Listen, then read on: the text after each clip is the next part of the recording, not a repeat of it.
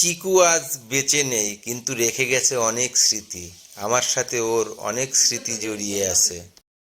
চিকু আমাদের মাঝে 2 মাসের সামান্য বেশি সময় ধরে বেঁচে ছিল। এর ভিতরে এত স্মৃতি রেখে গেছে যে আমরা কোনোদিনই ভুলতে পারবো না। এটা ছিল চিকুর সাজানো গোছানো একটা ঘর। ওই ঘরের আগে চিকু বেশিরভাগ সময় এখানেই কাটিয়েছে।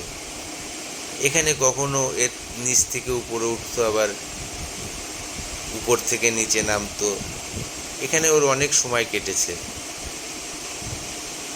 আমরা ওকে ভুলতে পারবো না। আপনারা ওর ভিডিও দেখেছেন।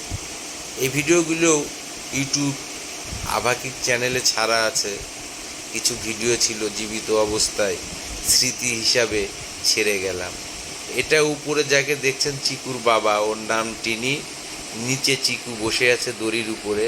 এটা একটা খেলনা। এই দড়িটা কিনতে পাওয়া যায় পাখির দোকানে। ওখান থেকে কিনে এনেছিলাম, চিকু খেলা করবে তাই। কিন্তু চিকু আজ নেই, ভাবতেই কষ্ট লাগে।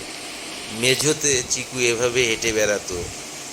কত সুন্দরভাবে আমরা দেখতাম, ভিডিও করতাম, ভিডিও বানিয়ে আপনাদের মাঝে ছাড়তাম। অনেক ভিডিওই চিকুর ছাড়া আছে। এখন চিকুর খাঁচাটা আছে, কিন্তু চিকু নেই। চিকুর কথা আমরা ভুলতে পারি না। চিকু নিজের পায়ের আঙ্গুল নিয়ে খেলা করত। দেখুন, সেটাও দেখতে ভালোই লাগতো। আমিও ভিডিও বানিয়ে আপনাদের মাঝে এসব ছেড়েছি। আপনারা অনেকেই দেখেছেন। একটা পাখিটাকে পোষ মানানোর জন্য চেষ্টা করে বেশ আমরা অগ্রসর হয়েছিলাম। ঘরের সামনে এভাবে বসে থাকতো, আমরা দেখতাম। আমার সাথেও খুব সুসম্পর্ক ছিল, আমাকে আদর করত। আমার সাথে ভালো একটা সম্পর্ক তৈরি হয়েছিল। আর পাখির খাঁচার উপরে দিলে তো মোটামুটি ও খুব খুশি হতো। যখন বেঁচে ছিল মাঝে মধ্যে ওকে পাখির খাঁচার উপরে দিতাম, ও বেশ আনন্দ পেত। সেটা বোঝাই যাচ্ছে ভিডিও দেখে। চিকু যেখানেই থাকুক, ভালো থাকুক, এটাই দোয়া করব। আপনারাও দোয়া করবেন।